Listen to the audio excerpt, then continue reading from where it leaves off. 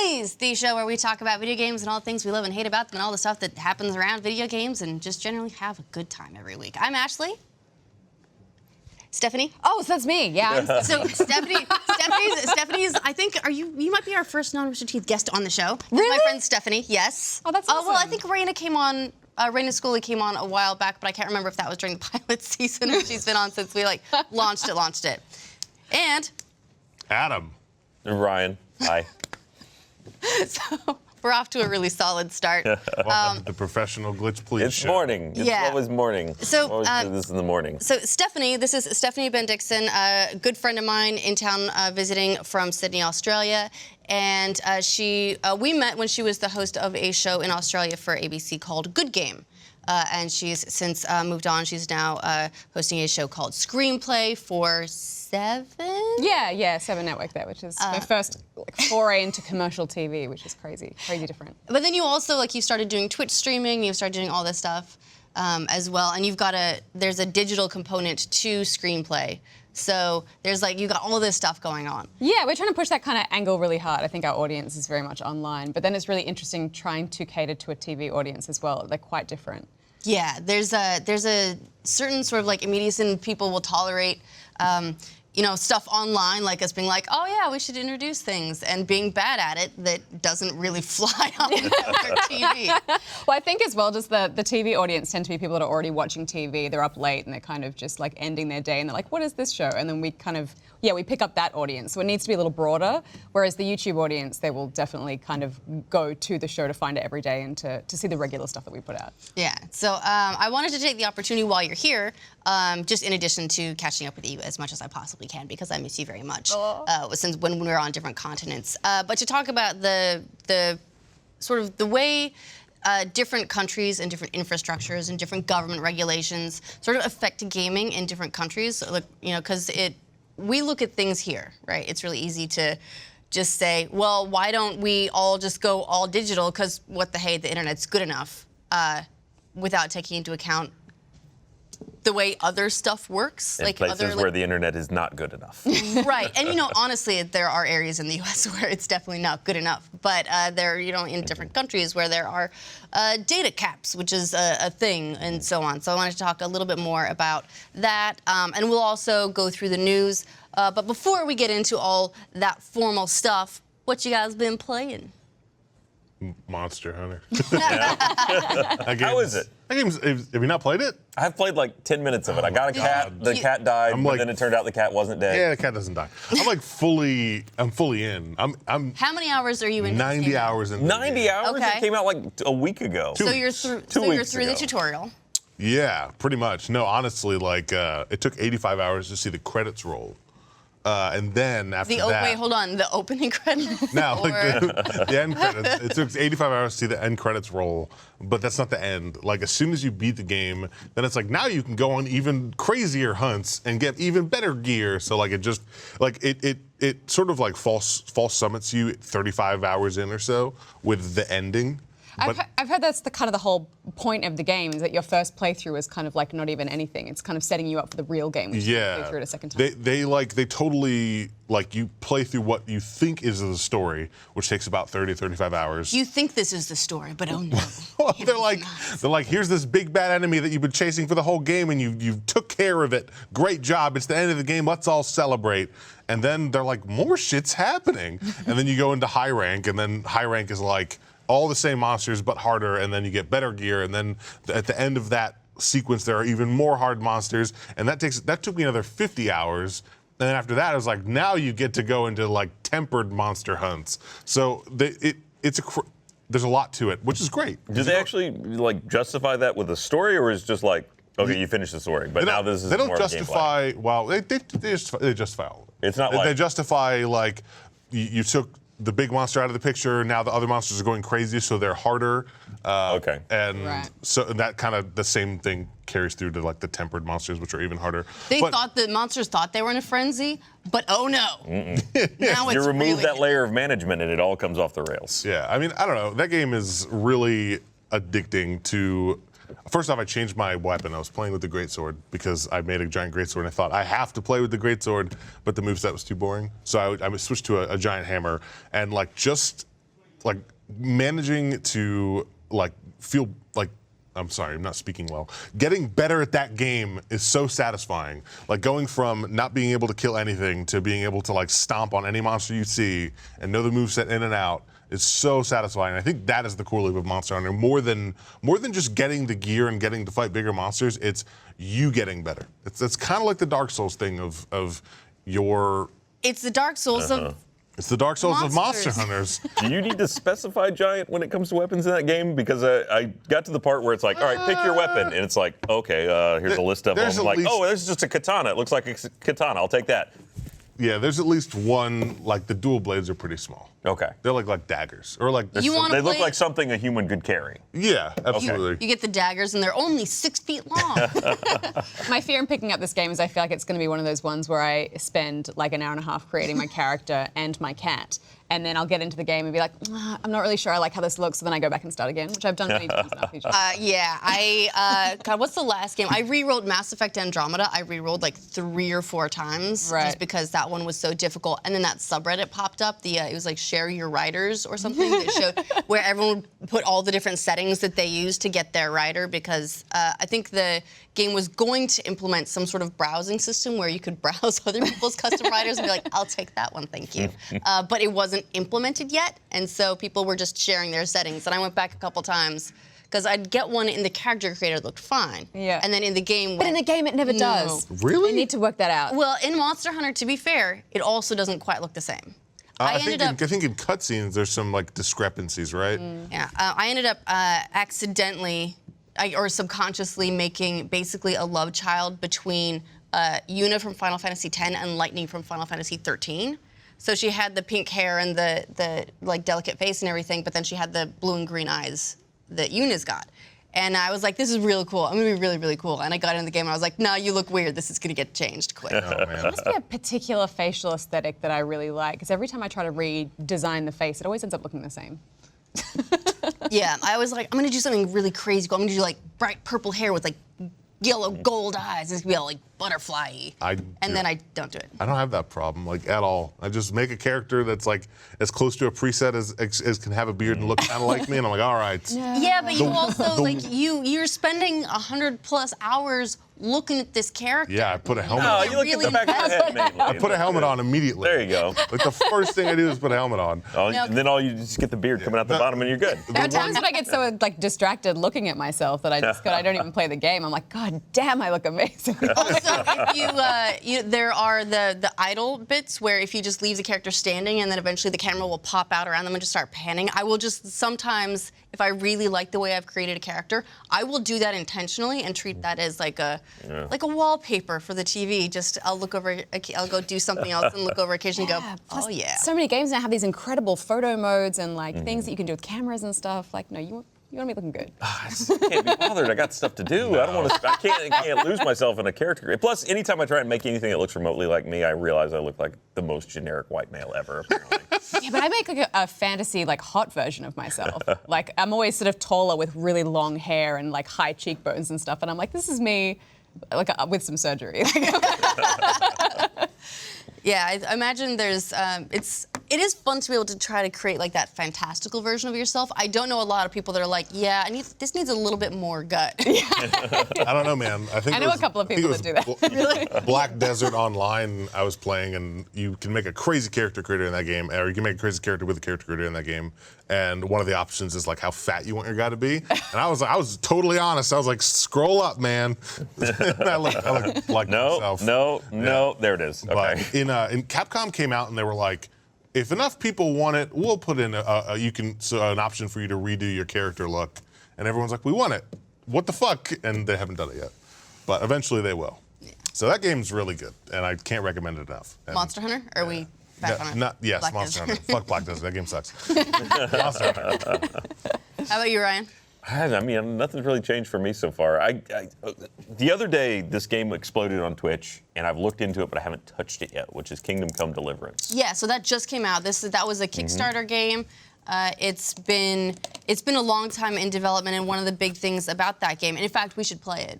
Maybe we can talk about it on an upcoming episode of Glitch, please. Next week is actually pre-recorded episode because it's going to be, for those who aren't aware, like a live event week for Rooster Teeth. We have a venue in Austin where we are doing a whole bunch of live shows, live versions of some of our shows. So the Rooster Teeth podcast, always open, off topic, on the spot. And then we're also having a birthday party for Gus. And so we're doing those live next week. So all of the next week's shows are like extra pre-recorded unless they're, I guess, live there. We don't know. The point being, for us, it's next week's show is extra pre-recorded. So we've actually already recorded it. So maybe for like 2 or 3 weeks, we'll give ourselves some time and play Kingdom Come Deliverance, because I think we should. Well, I bought it, I've downloaded it, I haven't touched it yet. Yeah. Because I keep playing Subnautica. I want to look at it, but all I hear is that game is super buggy. It looks buggy as hell, but you know, whenever you have a really super open world RPG, it's gonna break in a lot of ways. Yeah. The QA department is buried. There's no way that they could ever examine every possibility. It's a pretty small studio, and it's one of the things that's supposed to set this game apart is that it really is trying to be pretty authentic from a historical standpoint, like as far as technology and the way everything works, and it's. Everything I've heard about is very ambitious, but also that the developers are absolutely in love with this project, which I think is so important for the outcome of a game. It can get you past a lot of bugs when you can feel the love. It looks like the fighting style is very chivalry. So if you were a fan of that kind of like very deep combat system for especially like dueling. I've also read several reviews that say you are not like a super person at all. In this sense. If you run into 4 guys, you're not going to hero that bitch out. You're going down. So don't run into 4 guys. How do you feel about it? I mean, so for me, the one turnoff for this game is that it is authentic medieval and not like... Too much. Not fantasy medieval. I'm totally fine with like Skyrim a game that is like realistic, but I like this sort of fantasy setting because it adds another layer. It's like, here's all your medieval shit, and there's dragons and magic, and I love that. So it's like a mild turn. Something to offset all the plague. Right. But I mean, I still probably want to pick it up and check it out, but I don't know. That to me is a little bit off-putting. But I'm the same. I mean, I love medieval history, so I'll totally get into it, but I always like having multiple methods of combat. So I think when you've got like melee and magic, it's always really exciting. Yeah. To be able to mix them up while you're fighting is, you're right, it adds another layer. Yeah, instead of just being like, how would I like to fight? A sword or a morning star? I'm hoping they have a bow. I don't know. I haven't gotten that deep into it yet. Oh, they do have a bow. I saw a GIF. Hey. Of a guy Oh, shit, yeah, you shooting know I'm a gonna bow use at a that bow. guy, and that guy was like 20 feet away, and then he flew through the air and kicked the guy in the face. Very good GIF. Bow was always my choice in War of the Roses, which is similar kind of like combat, I think, in that game. It was always good, because I just wasn't good with the melee stuff. Yeah, my solution to all of that is just try to kill them before they can get to me. Or preferably before they know I'm there. Yeah, Because that's good. then I'll just be like, Like a and run ninja. away. I'd rather Robin Hood it. Yeah, I'll be in the bush. Yeah, I don't believe in a fair fight if I can help it. Well, back in that day, you got a scratch and you were done. So it's probably for the best. Yeah, pretty much. So you haven't been playing that. I have not, but But have I've you? wanted to. You've been thinking about it very hard. Gosh, what have we been playing recently? Like I said, at home I'm playing mainly Subnautica still because I've still got more to do in that game. How's your progress on it? I keep trying to get to I built the big sub, which is really cool, the Cyclops, I think it's called. And then it turns out you really got to work to keep that thing in electricity. It's a real power It's a hog. lot of maintenance, huh? Yeah. And then I tried to go to the super base to cure my alien STD, and I'm sorry, back up. Yeah, no, you land on this planet, and apparently everything's infected. So why is it an STD, Ryan? Look, I don't know how I got it. I woke up, and I had a thing. I don't know what happened while I was out. The planet did something to me. If you play games like I play games, then I know how you do it. That's the best thing about Fable. Like, you didn't use protection, you got a disease. And it Also, would show you baby. as well, like this other people who are playing that game in your like Xbox thing. It would be like, Oh, the stats. like The number Ashley you has got. contracted 4 STDs so far, and I'd be like, gotta use protection, man. No, What's going on? Look, that was a light week. But yeah, so You got a disease and you're having trouble with electricity. I can't get sounds to the really place fun. to cure the disease because it's guarded by giant mean things. Now, can you can you take them on one by one over a period of time, or will they respawn if you go away for too long? I don't know that this game isn't really about killing things. I think I do finally have torpedoes that could conceivably kill. It's not about killing things? It's a video game. What is it giant about? monsters. They're giant. You're just look. The pod that you spawn in is like, oh, we got rid of all weapons a while ago. That's we don't really do that. Here's a knife. You can have that if you want it. But yeah, no, they're big monsters. You can put torpedoes on your various underwater vehicles, but one of them is like a gas torpedo and doesn't seem to do anything other than inconvenience anybody you hit with it. Maybe it just smells really terrible. Maybe. I mean, it did seem the one time I hit somebody with one, it left. So Maybe it's just a weaponized fart. That's what it actually means. it looks like it. I mean, it basically is. I think it's a methane. So the other one is like a mini black hole torpedo. That one seems to kill a shark. Yeah, black holes? Yeah, I'll I haven't hit. They're called Reapers. I haven't hit a Reaper with one yet, but or Leviathans. Yeah, they're big and mean, and they don't like me very much. So. Well, no one does. No. Damn. Except us. Except us. Okay, good. You Slightly. As better. long as you don't shoot a gas torpedo at us. No promises. I'm still a ride or die Final Fantasy X. I'm into the final grind. Look, final grind. I went through. Are you though? I beat all my stuff in the hidden dungeon, and now I've got to go. I keep thinking I'm in the final grind, but then I look at my checklist, and it's still very, very long. Yeah, I still have to get. There's this process for. So I found out that unfortunately I've talked about the sphere grid previously, and I was like, they can't possibly need you to complete the entire thing with every single character. No, they do. I mean, that's. It turns out forever. It's the entire thing. That's the rest of your life.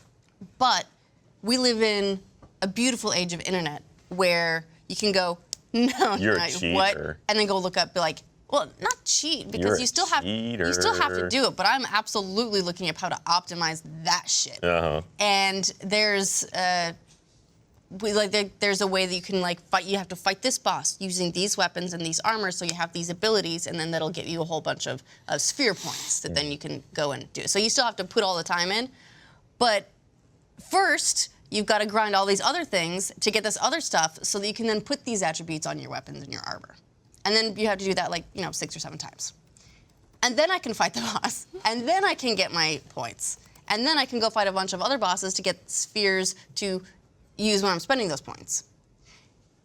Why? Look, at this point, it's a commitment. At this point, I decided I was going to do it. It's not fun in any way. I am now sitting, we'll be watching TV or something. I'm introducing Steph to Gallivant. Gallivant? Gallivant, TV show. Do you like campy fantasy musicals? Kind of like Men in Tights, a little bit like that, I would say, kind of similar. Yeah, Okay. where it's a fantasy fairy tale-esque. It's a musical, but it's very self-aware, and gets a little bit dirty on occasion. It's a lot of fun. Little saucy. Okay. Little saucy, but only PG saucy. Enough that you'd be like, they're gonna do it. Got but it. Nothing with jalapeno. Just kind of like. Right. Just Light a marinara. little cheeky. But it's a lot of fun, and I just love stupid campy musicals, and I was so shocked it got a second season, and then it's never getting anything else. So we were watching that, and I was just sitting there grinding through these enemies. One of those games where I wonder, how healthy it is to have it on a portable console. 'Cause you have it everywhere. Wherever do. we go, I see the little glow reflected on your face, and I'm like, she's It is in with deep, me. man. She's in deep. But I'll just put it on silent. I'm just running around, grinding these bosses while doing something else, or half having a conversation with people, and then being like, oh wait, what'd you say? I feel like this is the modern equivalent of needlecraft or knitting or whittling or that's just things that you do with your hands. Actually, now especially when you get into the grindy part of it. Yeah. You're just kind of doing menial tasks. Yeah. Except you got things at the end of those other things. Yeah, but in this case, I'll get a trophy. Are you enjoying it? So the game itself, I still love. I think it's really wonderful, and in pursuit of this platinum, I am now doing things that I did not do with the game before. When before the age of trophies and achievements, if you were like, I'm a completionist, I'm going for it, I'm doing this, you still had to define what that meant for you. In this case, it's defined for me. and it's telling me that I didn't do nearly enough. And it's meaner than you were, apparently. It's brutal. But I went through and I got all my ultimate weapons and upgraded them, and so and I went through the secret dungeon, and before that was where I was like, all right, cool, we're done. And apparently that is not the case You're not at done. all. But so now I've got to go fight Dark Aeons, which I don't think were in the game before. And I think they some perspective on it. Ashley, you completed 100% Persona 5, right? I've not platinumed it yet. I need to do another run. That's listed at 165 hours, and the remaster for Final Fantasy X is listed at 163. Look, we don't need to talk about these things. How many hours are you in? You know what? I can grab my Vita after this. I'm probably somewhere around 100 at this point. It's insane, man. I mean, that's a quality I don't have, to be able to sink my teeth that deep into a game if I'm doing stuff that I don't absolutely love. I will not go for 100% of any. The only game I've ever 100%ed is Dark Souls. But JRPGs have trained me very well on the busy work aspect of gameplay. it's insanity. Because pretty much every JRPG's got that, where at some point you're just running back and forth through a dungeon, grinding up your levels, and you're fighting the same stuff over and over and over again, and you're just hoping for some drop or something and getting your levels up so that you can go into the next dungeon overpowered, because that's always really fun. No, I refuse. And this so is like character creator. I'm not going to do it. At some point, I decided, because The Witcher 3 is my favorite game, that I would be like, I don't think you can 100% it, because there's certain decisions you make that are kind of in lieu of other ones. So I don't know that you can, but I was like, I just want to complete everything that's possible for me to complete, in this game. But when you look at the map of all the different territories and stuff, there are hundreds of tiny little question marks and stuff of just like buried treasure and things that you can collect, or monster nests that you can kill and stuff like that. So I kind of set about trying to clear through them, and I got maybe like 3 treasure chests in, and I was already overburdened. So I then had to go back and sell that stuff, but none of the vendors have enough money to buy all the stuff that I've collected. So I'm like, I guess I'm just going to drop it all, and then I feel like I'm just collecting treasure from all of these different places just to drop it, just so that I can clear that question mark. You're just and I'm moving it from A to B. is there a point to this, or am I really going to feel satisfied at the end of it? I don't know. I think there's a mod for that game that allows you to get rid of encumbrance, and I think I did that. I want to say that. Get rid of it, but then you're just carrying things around. I don't care. I don't want to go through that. I don't want to go to the vendor who doesn't have money. I don't want to drop my shit on the ground. That reminds me of. Let me carry it. But then I'm very pedantic about inventory management, and that would just I remember it was Morrowind. The mud crab merchant was like this secret merchant. It was just a mud crab, just a random mud crab. I remember that guy. Wandering around, and you could go up to him and shop with him. And that was the merchant with the most money in the game, if I recall. I eventually just modded it. There was I think an INI file that you could edit the merchant amount of money. Well, and again, at the end of the day, it's like, why did I do that? Like, now I have a ridiculous amount of money that I can spend on nothing. Yeah, but you have it. For what? Avocado toast. It's not even real. Avocado toast. They didn't even have avocados in Morrowind. Yeah, that's true. That's a real shame. But you could spend it on skooma. You had an earned root. But why? But why? Why Enjoy not? yourself. Why not? Why not? Just have a bender and smoke up all the skooma and burn down my house. So Steph's got a mission while she's here for me. And that is, she's going to sit me down. She's going to sit down with me next to me and go, we're getting into The Witcher 3 right now. Oh, did you not played The Witcher 3? So I've played parts of it. Oh, man. But I have not. You're in for a fucking game. I played like little bits here and there. And we've discussed this. It ticks every single box. It does. On games that I will play and enjoy and love. And maybe that's part of it, that I'm like, oh, man, that'll be another thing I'll get into.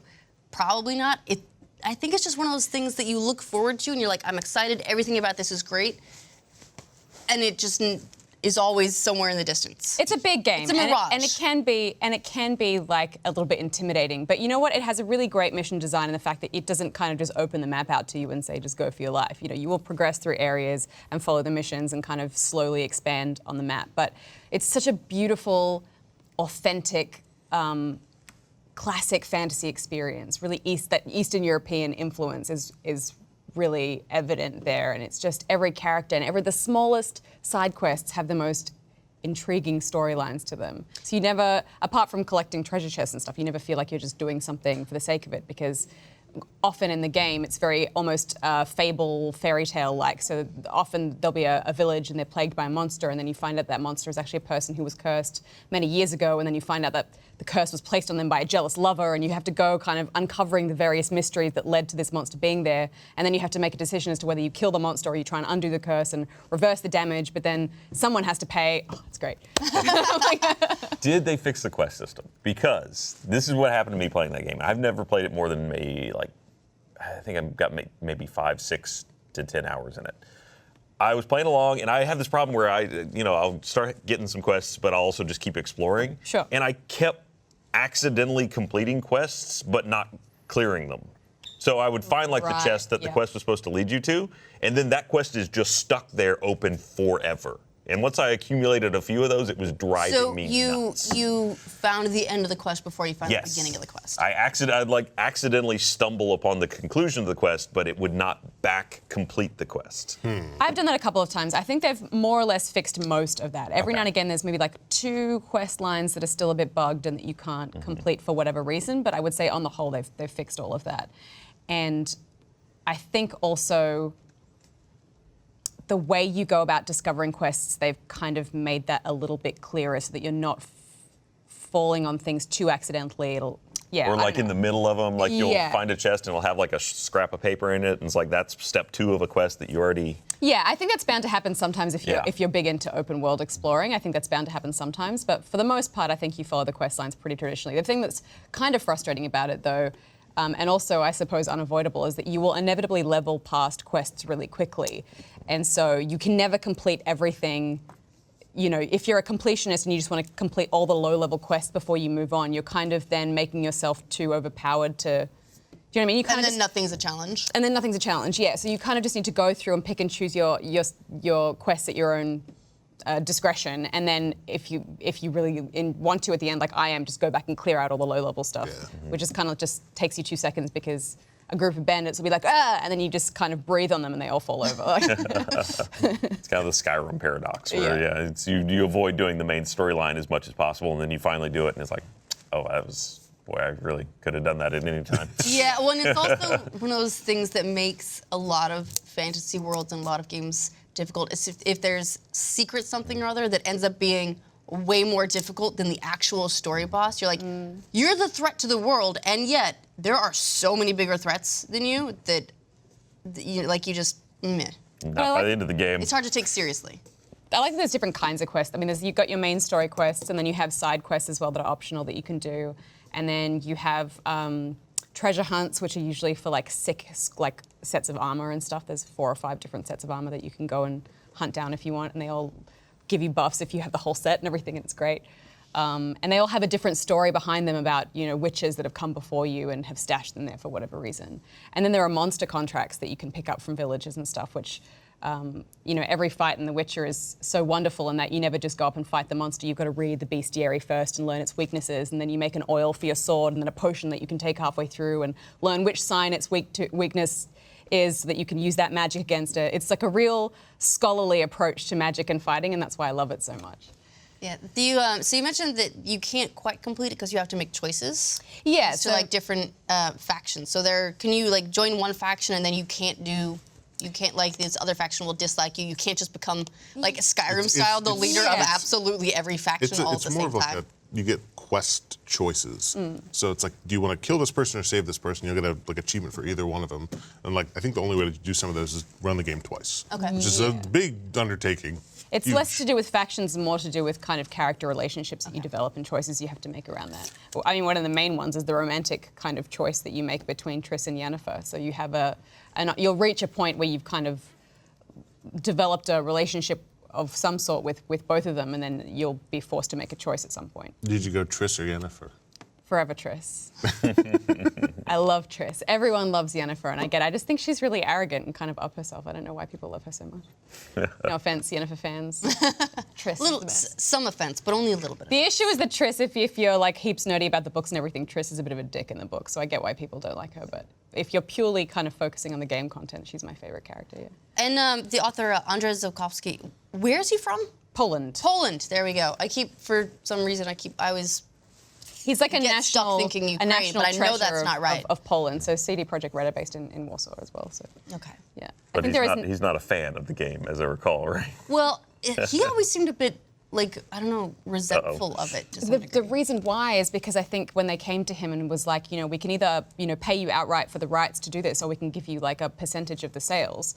And he was like, this game's going to be bullshit, so I'll take the money. And then the game took off, and he was like, damn.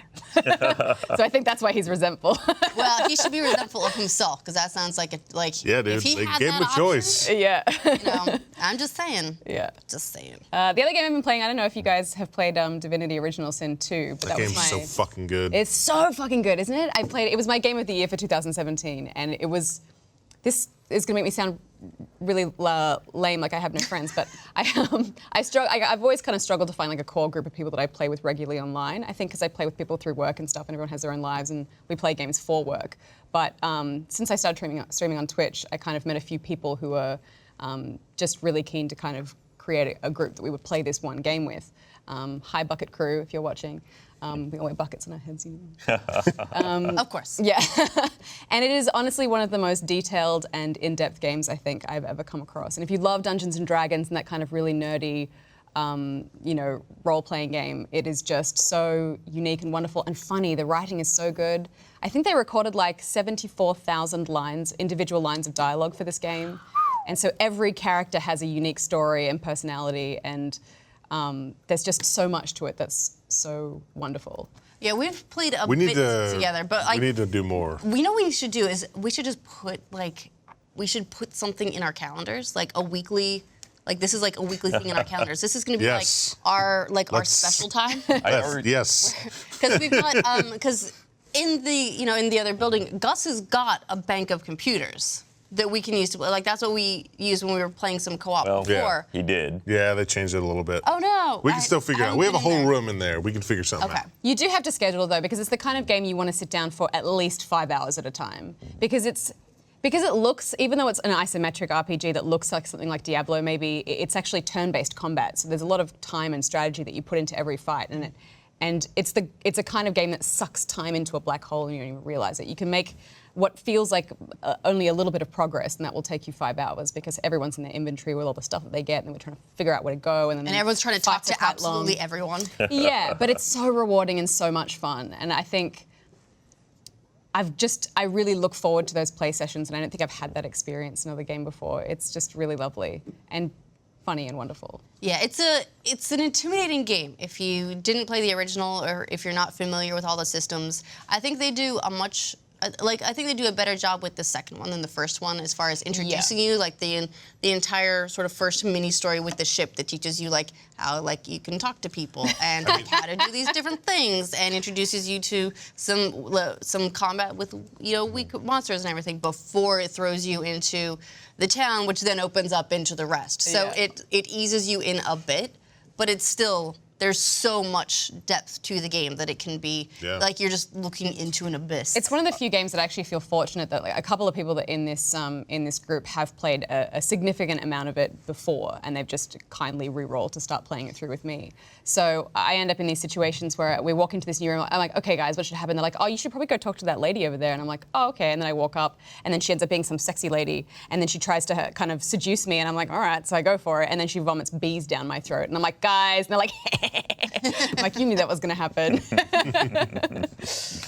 There's so much too that like you could easily miss in that game and not even realize it. It's like devastating actually thinking about it. Yeah, like if you don't have the perk to talk to animals, there Oh my God, are you have entire to get storylines that you will miss out on. It's also really fun. The animal talking to quests dogs. are some of the most beautiful, funny, unique, and strange quests. And I think, sometimes in the game. really sad. Very sad. Man, yeah, I'm gonna have to restart because I got a dog killed. I didn't mean to. He was a bastard. good dog and he just died. It wasn't Buddy, was it? It was Buddy. Oh, you got Buddy killed? Yeah. It sucked. Adam, no. I didn't know what I was doing, man. Yeah, there was one quest line I think where you find a group of chickens and you talk to the mother hen and she's like, all of our eggs were stolen. Like you have to go find them. You're like, all right, so you go find that some creature has has infected them with some kind of demon spawn something, and they're all messed up, and you end up having to kill them all. But there's one that remains, and so then you take that egg back to the chicken, and she's like, "Oh, thanks," and then you come back like later in the game, and all the chickens are dead, and then you just see this one tiny chicken that was the chicken that you saved, and it's kind of this weird demonic chicken, and you realize that the chicken you saved ended up murdering all the other chickens, and then it follows you around, and you can't get rid of it. And so You got a demon chicken. I got a demon chicken following me around, and I can't do anything about that. Well, I could kill it, but then I wouldn't know what happens. The one negative I'll give that game is that when you get a cat in the beginning of the game, and they don't tell you if you go next to the barrier, the guards will just shoot your cat. Oh, yeah. I've had to restart because of that shit. Me too. Cat gets poisoned as well. If you walk through poison, the cat dies quite quickly. So, But So if you you lose can the just cat very easily. yeah, But- you just need to quick save all the time so that you can Yes. constantly. F5, F5, F5, F5. F5. yeah, but if you can get through the first area with the cat intact, it becomes familiar. And it's super useful in combat as well because you can spawn the cat, and then the cat can jump up onto higher platforms, and then you can perform a spell that switches places. Oh. So if Yeah. you need some verticality or whatever, and you don't have, rather than using however many action points to get up there, it's super useful. So get the cat.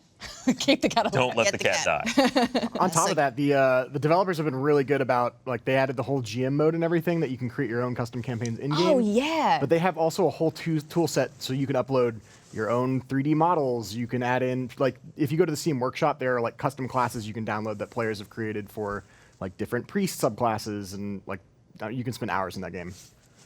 Hours. Hours. You can spend decades in that game. Hours and decades of, yeah. Yeah, no, they do great work. And Gus is at Full Sail. We're doing a partnership with them for encouraging game development, working on some cool projects. Gus, what are you playing? This is Tyler Stab from Rooster Teeth's broadcast department. Question, I know Gus, Tyler. we are shooting Glitch. Please, right now, Ashley wants to know what you're playing. Okay, interesting. I'm actually playing Darkest Dungeon on the Switch right now, which I love. Gilby recommended that game to me. It's such a good game. I'm trying to re-platinum a New Game Plus run-through of Horizon Zero Dawn. And what else am I playing? Of course, PUBG. I'm really bad at PUBG lately. I don't know what's going on. Yeah, something happened. I'm not as good as I used to be. I need to practice. And there's something else. Oh, and then I was on the trip to RTX Sydney. I was also replaying some Super Mario Odyssey. So there you go, Tyler. And thanks for taking all these people's time. Tyler, you can ask. Yeah. He can talk to me anytime. Yeah, cool. Okay, I don't know. Well, let's talk news.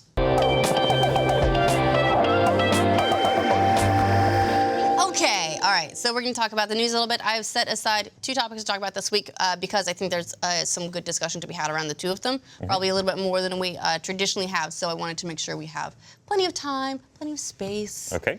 The first, there's been a developer banned from Steam over rigging reviews. Good. Now, specifically, this is it's an indie publisher.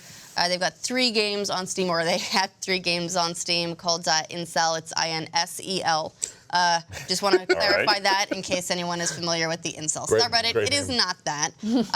Because doesn't that mean island in another language? They're based in Malta, so maybe Hey. What's Malta? it's Is an that island. a country? It's an island. Islands? It's a I don't know a lot chocolate about places. All right, go on. Sorry. You know I what we didn't mean need? to You know interrupt what we need back? We need Carmen Sandiego. ball. Oh, Where's we she? do. Where in the world? So Where- She's probably in Malta. Got it. So. Derailed. No, but we do need that back. But anyway, so this developer, there was an email that leaked out of the company of the CEO sending an email out to everyone for one of their newly released games, which is tracking behind their projections, saying, hey, you guys should maybe go leave reviews, not telling you what to say, not telling you if, what you should review or that you have to do it. It's not mandatory. But if the game doesn't pick up, you might not have jobs. So it Right. was They were just asking their staff to go and leave. reviews. Essentially, it's implied that they're gonna go leave positive reviews because no one's gonna go leave a negative review on their own game. So this email got leaked, started making the rounds. Valve banned the developer from the platform and took all their games down. So if you've already bought the games on Steam, it stays up. You can still get to the games and everything, you can still access it, So but they've removed it That's really interesting. How consequential? How big is the team? Do you know? I don't know how big the team is. I know the game that they're specifically were trying to get reviews for has sold 24,000 copies. Okay. It says here in an article, the email was sent out to the company telling staff about 20 people, including freelancers. Okay. So how consequential? First off, is there legality behind I made a game, I'm gonna just go leave a positive review because I love my game? Yeah. Is that a moral argument or is that a legal? I think it may be more of a moral ethical thing than specifically a legal thing. It may depend country to country as well on what you can and can't do. Typically though, that's a no-no. I know it's a no-no. It seems so 20 people seem so inconsequential, but I understand if that was a bigger developer it'd be a huge deal, so you can't, I agree. It feels like a bit of an kind of an overreaction because I feel like it's such a commonplace thing. I feel like you go to a small establishment and there's 2 reviews in there from John and Joe, and they're both like, "This is the best place I've ever been." I'm like, okay. Yeah. But yeah, you're right. That's not a whole lot of people, and look, those people are also entitled to leave reviews, I suppose. Really. Yeah, I think it comes down to you're not supposed to ask or tell or even impliedly threaten your employees to do so. Yeah, right. That and they should have sure. probably disclosed in their reviews that they were employees. Look, I've worked in this game for a long time, but I just want to say that I'm really passionate about it, and I hope you enjoy it. Yeah, and I love this particular thing, and it was really, really cool. Yeah. They did issue an update statement about kind of the email and everything that went out, just saying that it was meant to rally people's support, including advertising the game to their family and friends, in the hope to simply get more reviews. It was never intended to threaten anyone, but just state the importance of reviews for the whole company. No staff has received penalties for not buying the game or writing a review. The game is still available to purchase through other means. Wait, the staff had to buy the game? Well, so the emails basically said you have to buy the game. I think so. You're a verified purchase or whatever for the user who's in it, and then we're we'll reimburse you for it. Oh yeah, that's getting into dodgy territory. Yeah, that's and like you said, they're not. There were no consequences for anyone who didn't, but the email does say you might not have a job if we don't turn this game around, and so you need to leave reviews. Well, I mean that's probably an honest statement. It's not necessarily a threat so much as a statement of the reality of the situation, but when you put it all together, it comes across very much as an implied threat, right? Yeah, no, good advice. I did leave a review on or else. I did leave a review on my own book once. I wrote a series of children's books with a friend of mine, and I wrote I wrote this book. I really hope you enjoy it. It was a labor of love. Blah blah. 5 stars. But I feel like I was upfront about the fact, that's a disclosure. And it had my name next to it. Yeah. Okay. But yeah, because I was gonna say I endorse stuff that I do. I'll say I'm into the show. It's awesome. Best show ever. Go 5 watch stars. it. But Right. there's a big difference between promoting a thing that you work on and secretly reviewing a thing that you work on. I'm gonna review my show. It's great. It's the secret part. Yeah, that's definitely the issue. I mean, this is kind of veering off topic a little bit, but in the same kind of vein. What do you think about, the public's ability to review bomb a game and the protections currently around developers for that? Yes, so that's tough. On the one hand, you don't want to say people who've purchased this game can't make their feelings known. Yeah. On the other hand, I do feel like review bombing has been weaponized lately. Totally. I feel like that's not the way you need to go about, airing your grievances or enacting change. I think creating a separate petition or there's lots of ways that you can complain about things online that pick up traction and stuff. But review bombing is such a brutal, as you say, weaponized way to attack a developer, and I feel like that there should be more protections in place for developers, or at least more moderation from Steam. Yeah, I mean, Steam is making some progress in that regard. They did launch an update that will show spikes in outliers. Right. So, and this was particularly relevant. I think it was implemented not long after the whole Firewatch review bombing, because there were several incidences, I think, pretty back to back, and so Steam did roll out an update so you can go through and see there was a spike in negative, and you can go and look at specifically those ones and go, oh, it's because people are upset over the whole PewDiePie thing. But does the front facing mostly positive, mostly negative, is that if it still says that, honestly, I am so married to those those phrases. Like, if something says overwhelmingly positive, I will 100% click on that game and at least look at it. And I'll be very inclined to purchase it if it's like a cheaper game. Do you put more weight behind the, because they've got it broken down into two categories. There's overall, which is life to date, average. I honestly put more weight on recent. Right. Because recent is like, okay, they've made some changes, now this game is good as shit. Or, you know, but if I see, and a lot of times I'm just browsing from the front, like the top sellers or the new release, and if I see like, it's pretty good, like, this is positive, like, I'm like, I probably won't even click on it. So if, for example, you saw a game that was overwhelmingly positive and you went to it and you're like, everyone has only great things to say, buy it, and it turned out that they were all developers who left those reviews, you see the problem. 100%. Yeah. 100%. Yeah. But you only get overwhelmingly positive if you have to have 500 reviews to get a statement, I believe. So 20 people couldn't do it. Well, I mean, it would take them a couple of counts. But it's a difficult problem because I agree. Like, people, they want to like seed their reviews, or like you want to leave.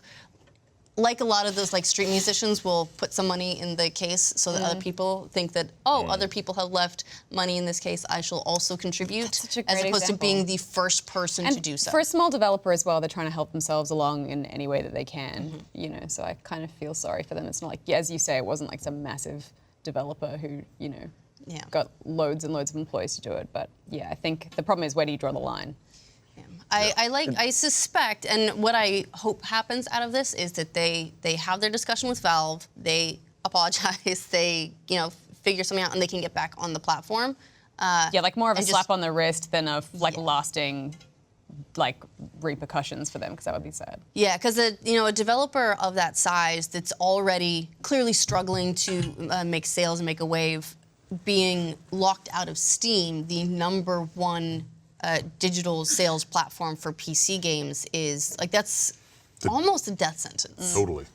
It's 100% death sentence. Well, I mean, look, there are alternatives. They could be on GOG, they could go on Green Man or Humble Bundle, or there are alternatives, but they are all so much smaller that if on the biggest possible platform you're doing 24,000 copies, going to those other ones is severely limiting your potential market. And so I think that it would be very, very difficult for them to survive as a developer if they don't work it out with Valve. Yeah. Which, on the one hand, if you think about it, makes it really kind of crazy that Valve can determine whether or not you can continue as a developer.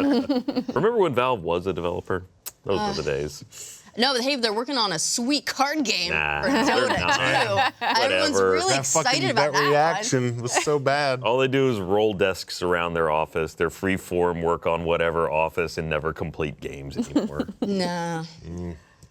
At this point, I'm pretty sure they just have like office chair races. I mean, why wouldn't you? They're all on wheels. Yeah, might as well. Do it. So that's one of the big things that happened. The other thing, we have a development in the saga of loot boxes and potential legislation. Uh-oh. So I'd love to hear more about like what Australia has going on, if anything. But there are now two, just this week, new developments in the U.S., which is Hawaii has introduced a new bill that's targeting loot boxes, and the representative from Hawaii was one of the vocal opponents of loot boxes, you know, when this first started becoming a thing and like the, you know, snowballing a few months ago. But also out of New Hampshire, a senator has proposed regulation against loot boxes. So let me pull up the details from Hawaii really quick, because that's one of the, like that representative we've spoken about him before. So there's 4 bills that have been introduced. They were introduced last month in January, targeting what they call exploitative monetization techniques in video games. Sure. Gotta take care of that real quick. Like there's bigger issues we should be dealing with at a political stage at the moment. Look, I agree, but I think this is very interesting as an industry. It is. Because last time it's hard not to be better. Because the last time something like this happened, we got the ESRB. Yeah. Well, maybe the last time. I think as well, from a the grander perception from like, I don't know, what do you call what's the word for muggles for non-gamers? Like Normies? no, yeah, right. I think they still see games as something that's kind of, a lot of kids play games and they need to protect the children, especially if it's around gambling and stuff like that. So that's why I think people jump on this kind of stuff. And that's absolutely the narrative. In fact, let me skip back to the New Hampshire senator that introduced something, because the verbiage is very much about kids, whereas the Hawaii one is like the dude introducing it is like, he did grow up, he understands games, he grew up playing them and is concerned by this. Sure. So like, it's a little bit differently nuanced as opposed to like, won't someone think of the children? Which is much more what this one is. So Senator Maggie Hassan from New Hampshire, there's this letter saying, I'm not going to read this whole thing because it's very, very long, but it is like, the ESRB system is of great value to parents and making informed decisions on behalf of their children, but the prevalence of in-game microtransactions or loot boxes raises several concerns around the use of psychological principles and enticing mechanics that closely mirror those often found in casinos and games of chance.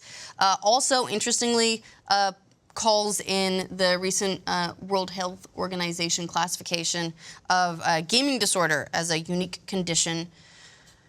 So remember when we were like, does anyone even pay attention to the World Health Organization? Will this even become anything? No one really cares, right? Well, it just ended up in this letter for loot box regulation. So let's see, there's a debate whether they should be considered gambling, but it's basically urging the ESRB to regulate them because they take into account the potential harm these types of microtransactions may have on children. Yeah, I think there's kind of similar inquiries are being made in Australia, and I think there's some part of the UK, I think, just enacted some kind of legislation saying that it was considered gambling, and so they're just not allowed there. Yeah. I can't quite remember where, but I think...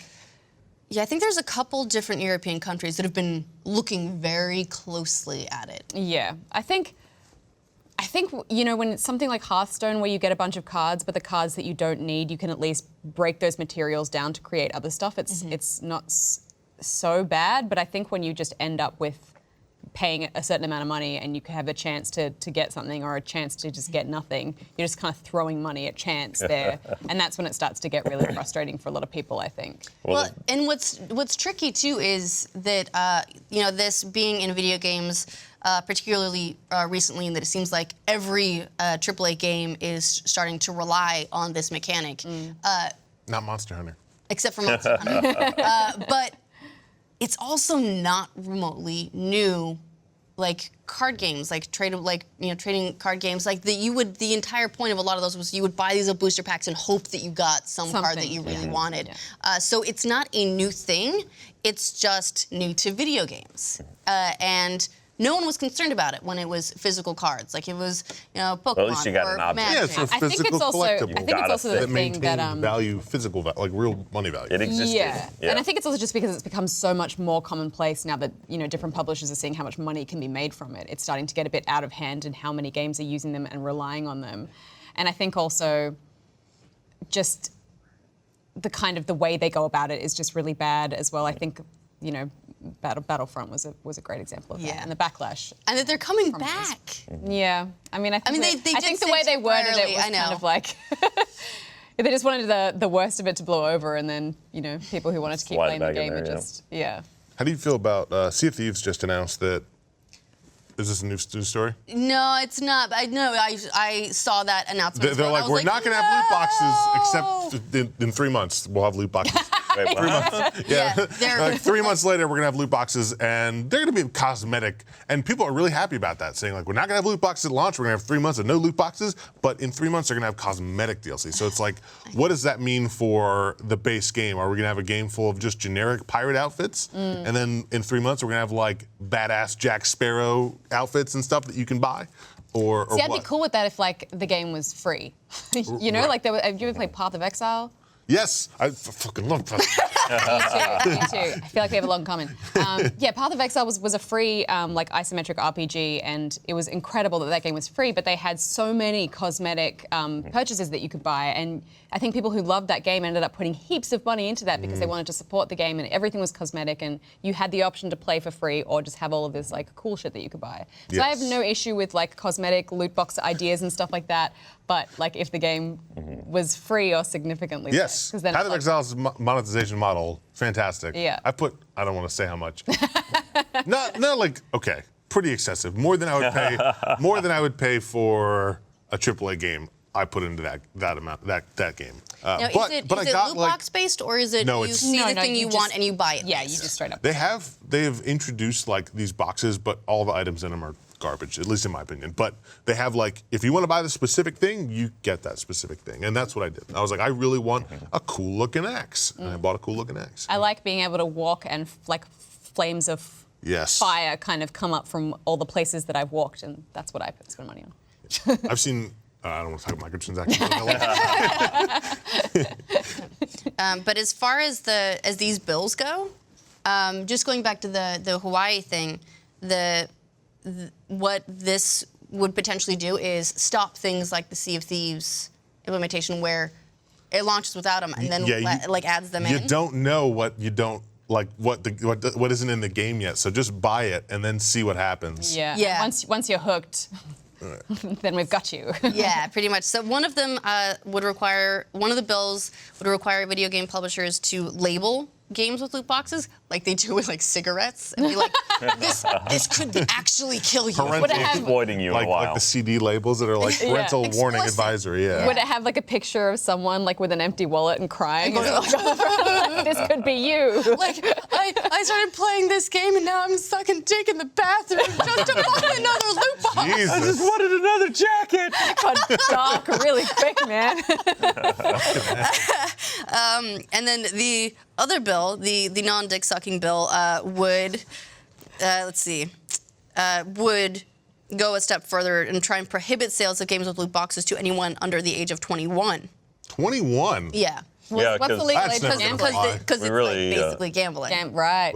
We really stopped people from getting games under age for gambling 21? Yeah. I thought it was 18. No. It's 18 in Australia. You can die for your country at 18, but you can't gamble yet. I thought it was just or drinking was 21. Man, where have I fucking been? I swear I gambled at 18. Not legally. What's cigarettes? Is that 19? 18. 18? Used to be drinking was 19 or 18, right? Yeah, and then that. In Louisiana, I think it was up until a few years ago.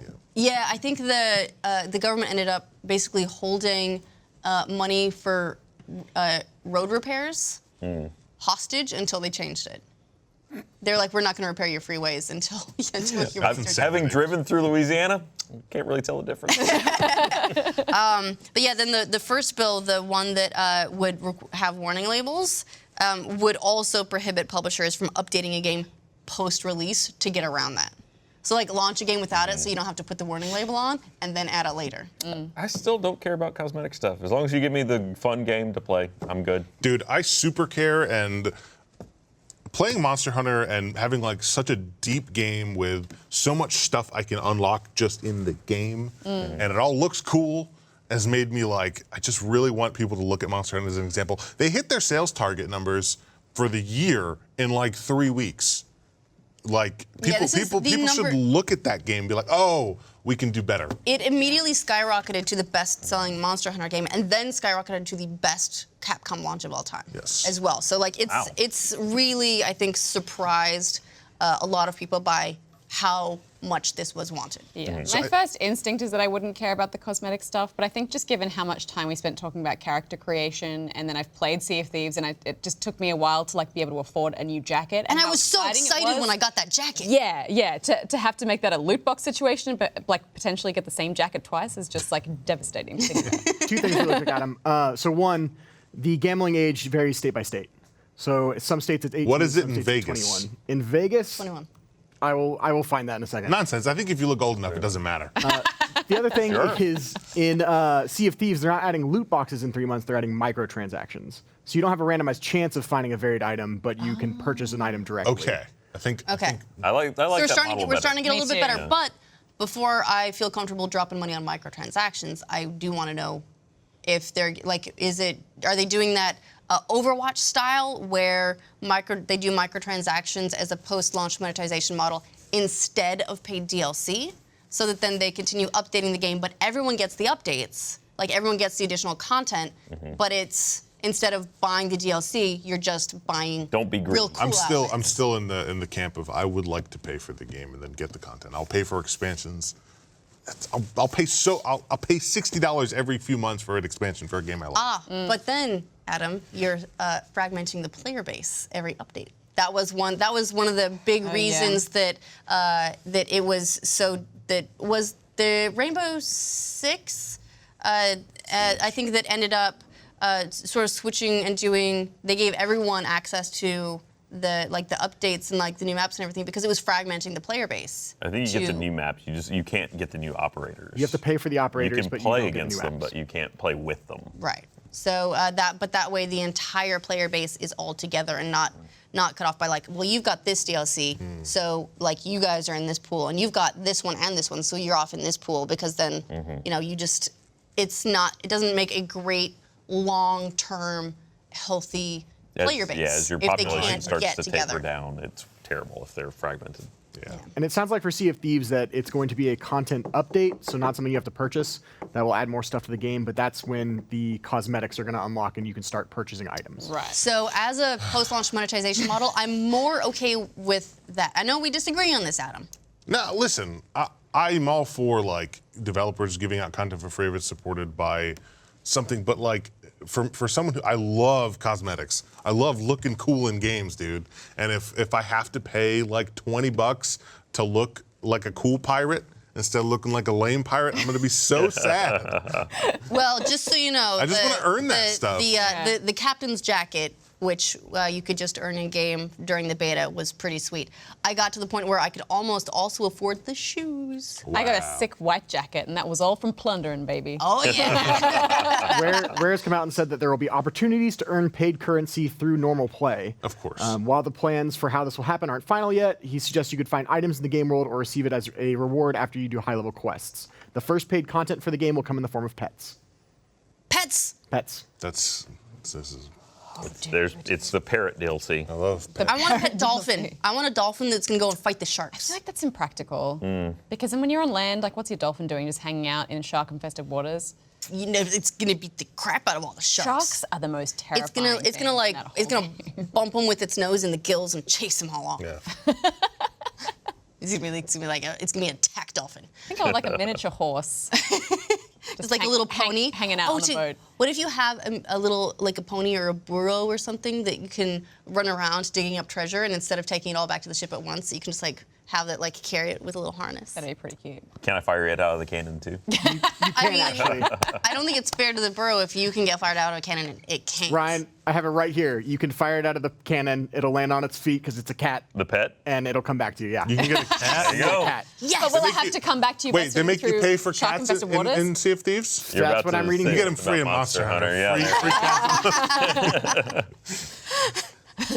All right, but leapfrogging off the discussion about how the regulation of loot boxes is a little bit different in Australia, I actually want to talk a little bit more about how the different rules for all the different stuff all around the world really affect the entire gaming landscape and how little we think about that sometimes. Gaming around the world?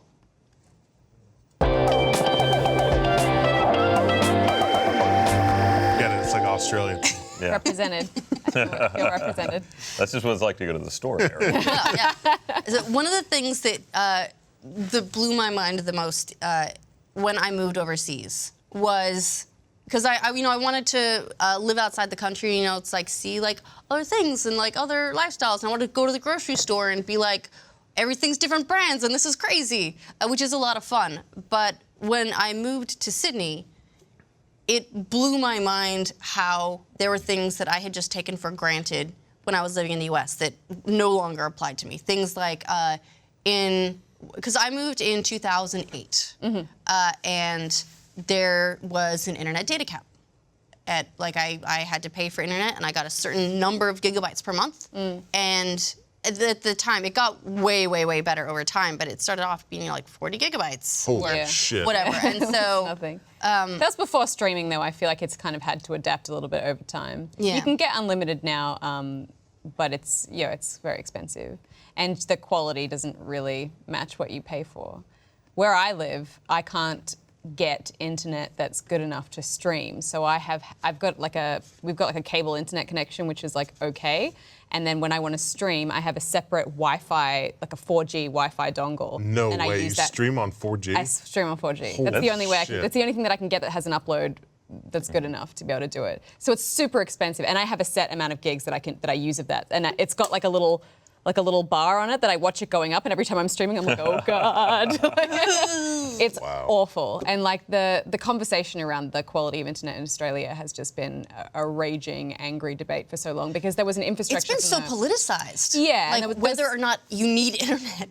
There was an infrastructure that was kind of put in place from the previous government that was going to be quite good, but it was very, very expensive. And so when the next government came in, they pretty much annihilated all of that and have created a sort of a subpar version of that.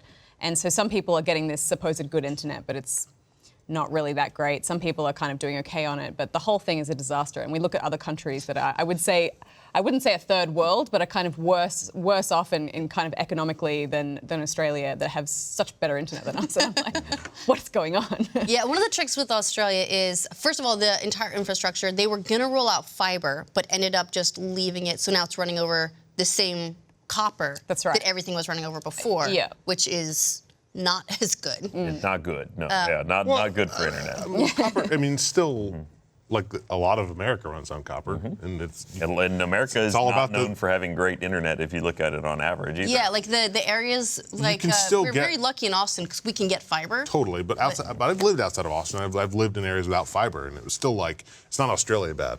That's what I'm saying. It's not to be offensive. Yeah, it's super frustrating, and not only just for gamers, but for just I think businesses and anyone who wants to advance, commercially. It's really difficult, and I don't know what the answer is because we've spent so much money already on the current infrastructure, and it's just not great. Well, it sounds like wireless is really where everyone is going over there, just because laying the physical infrastructure is so impossible. Well, because it's such a it's a big country, and the population is in a couple of pockets that are pretty far apart. Yeah, we all kind of just live around the edge of a really, really big island in kind of sporadic places like this. So yeah, it's difficult. And I think particularly for rural areas and stuff like that, they're trying to make sure that those people are taken care of, so at least they have something.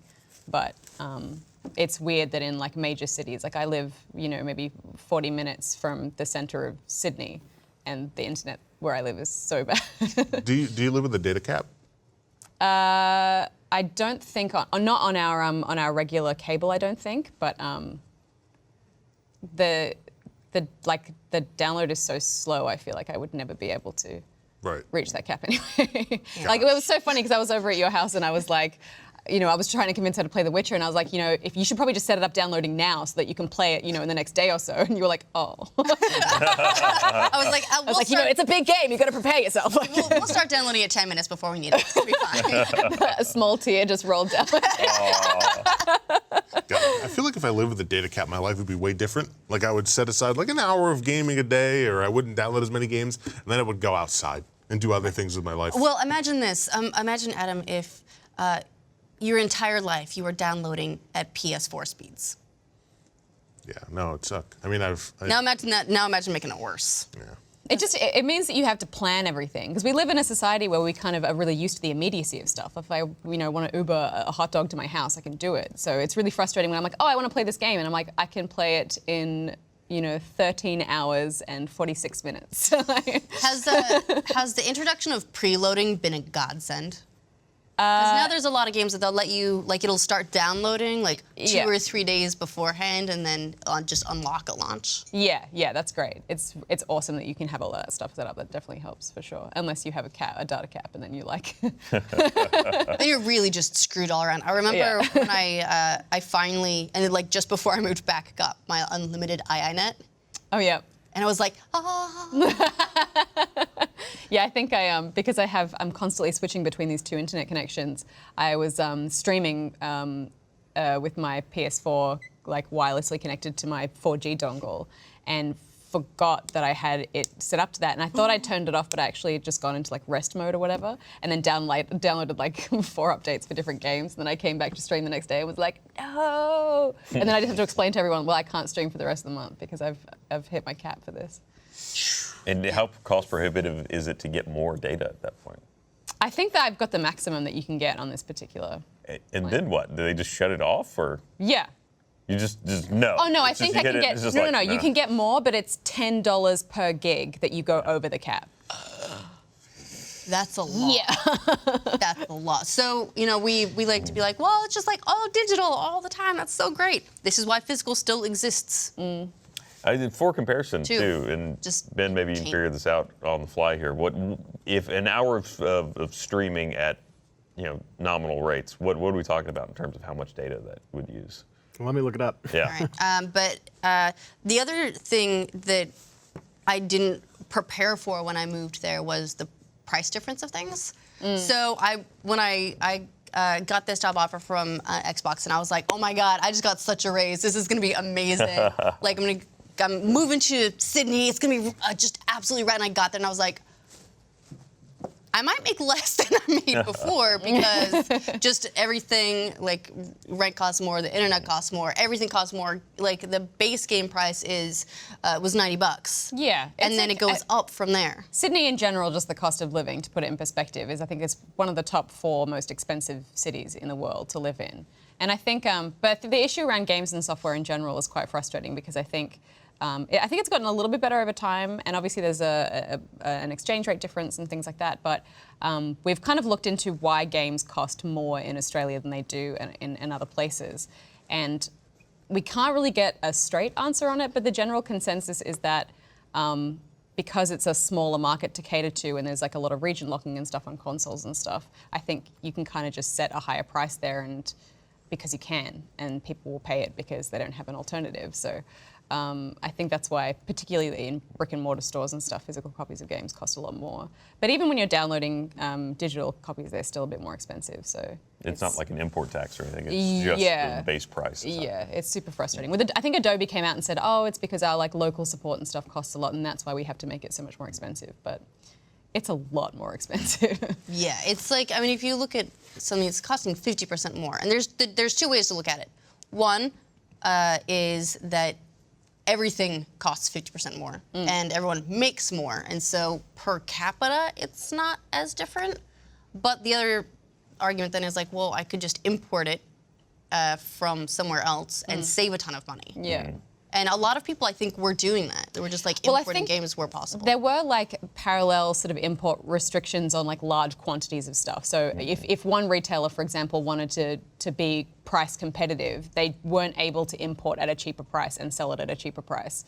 So we don't have that ability to be competitive in that respect. So they all just kind of are competitive with each other at a higher price, which is frustrating. But yeah, you can kind of import from different locations and stuff like that. But I think yeah, in general, there's a system that needs to be addressed. Yeah. I ran into something interesting when I was doing like a giveaway for some games on stream once, and I tried to gift a game to someone. I think they may have been in Australia, and it said no. It said you can't do that. You can't give them this game at this price. Yeah. Really? I mean, I remember at one point, like Steam started putting regulations like that in, and I think it had to do with people buying a bunch of like really cheap like Russian keys or something and then reselling them at a higher rate and like gaming the system that way. My friends were on the Russian keys for a while. I remember when that was a thing. And so then they like locked down what regions you could trade some things between. I didn't realize that Australia was I'm not 100% Russia. sure it was Australia, but yeah. Who knew? I never realized that there was places that you could. I mean, it wasn't even like a sale. I was gifting it. You know, it was just like, here, take the game, and like, you can't. Mental. It's brutal. So they really don't want you to have games at a reasonable price. I'm sorry. Yeah, but like as a result, do you see? Because like you've traveled a bunch, you've seen, because you have been doing a good game for so long, and now screenplay, and you've seen the industry develop, over the past several years. Is it getting better? Yeah, I mean, it feels like it is getting better. I think just the demand of, particularly in terms of the internet with streaming and stuff like that, I think sort of people's access to data has certainly changed and improved with people's necessity to be able to use all that stuff. So it's definitely gotten better, but I feel like we're just perpetually behind everyone. And with the price of games, I feel like it's kind of evened out a little bit, but I think we're always going to be paying that little bit more. So what is this? So this is, there's something called the Global Internet Speed Index, the Speed Test Global Index. So this is the United States' average mobile and broadband connection. So for instance, the United States is ranked 42nd for mobile speeds, but 9th for broadband speeds. And it gives you the average download and upload speeds there on the left and right. Oh, wow. And then Kicking ass on mobile, though. Australia's mobile is ranked as 6th for mobile data. They have an average 47.94 download speed and an average 14 upload speed. And then at broadband, Australia's ranked at 56 with an average speed of 26 down and 9 up. I mean, do you feel like are you getting these 26 and 9 though? Because that seems way better than most of these. Yeah, that's just definitely. I mean, I don't know. I think maybe at work we get that, like big businesses and stuff have access to that kind of stuff. But there's no internet service provider that I can get that will access my house that will give me anything like that. I mean, to be an average, you'd think that maybe only people in big businesses are actually running speed tests. I think with the what we call the National Broadband Network, the NBN, that certainly picked things up. Where it works well for people. I think that's where the internet speeds are good, but I think it's just really random and patchy at the moment, and there are some people that have the NBN that are just like, this is worse than what I had before. Yeah, it's so crazy to think that there's all these new, you get these advances in technology or internet, and the whole industry pushes forward in what you can do, but not everyone is moving ahead at the same rate, and so it's really easy. It's interesting to see who, different countries will probably be at the edge of that before other countries, and then we'll be like, who buys digital? And there are other countries hello, we do. This is very important. Or, why online gaming is more popular some places than others and so on, because not everyone can necessarily do the same thing. It's quite the juggling act for the industry. I think we had a guy, we did a story on a guy who, from Australia, who got into the Quake World Championships, I think, with a ping of 300. And I was like, that's amazing. I mean, if he's playing with that kind of handicap, he's going to just smash it when he gets in there. But no, he did really badly, but still. It can be really difficult, too, because if he's trained for a certain amount of lag, and then switches over onto a network or something that's super fast, and he's overcompensating almost. So that could be super frustrating. When I was doing competition, before a big competition, we would actually rent a house with another team that we were friends with and LAN up for a week to get reaccustomed to LAN conditions for whatever we were playing, because internet would you have to play differently. Right. Yeah. So it's a huge consideration. You just get you muscle memory certain compensations, and you can't do that anymore. It's tough. Every time I complain about my internet, I think about the guy with 300 ping, and I'm like, I should stop complaining. you poor thing. All right. Well, I think we're gonna take off. And we're gonna go do some stuff for while you're still visiting me in Austin. So we're gonna a little bit. But thank you guys for watching this episode of Glitch Please. It's been a lot of fun. I feel like we all learned some things. Thanks so much for having me as well. I feel like I've had so much fun in the week that I've been here just with you and with Rooster Teeth and stuff. It's been great. Isn't it so great that you were come to visit? If you're a Rooster Teeth First member, make sure you check out our first exclusive post show, New Game Plus. It's available only on the website. And if you are not a Rooster Teeth First member, but you kind of want to check it out, there is a 30-day free trial, so you can sign up and you can get access to all the cool shows. There are a lot of really cool first exclusive shows. Also, also note if you are around in Austin next week, we are doing the live shows, so you can get, I think there are tickets for some of the shows still left. You can get details about that on our website. If not, the podcast and On the Spot will be streamed live. And then will be posted up as usual. And then Always Open and Off Topic will be pre-recorded at the live events and then published later. So if you want to check them out live, they're really, really awesome, and a bunch of us will be there, and you can say hi. If not, well, we'll see you next week for more Glitch Please. Bye.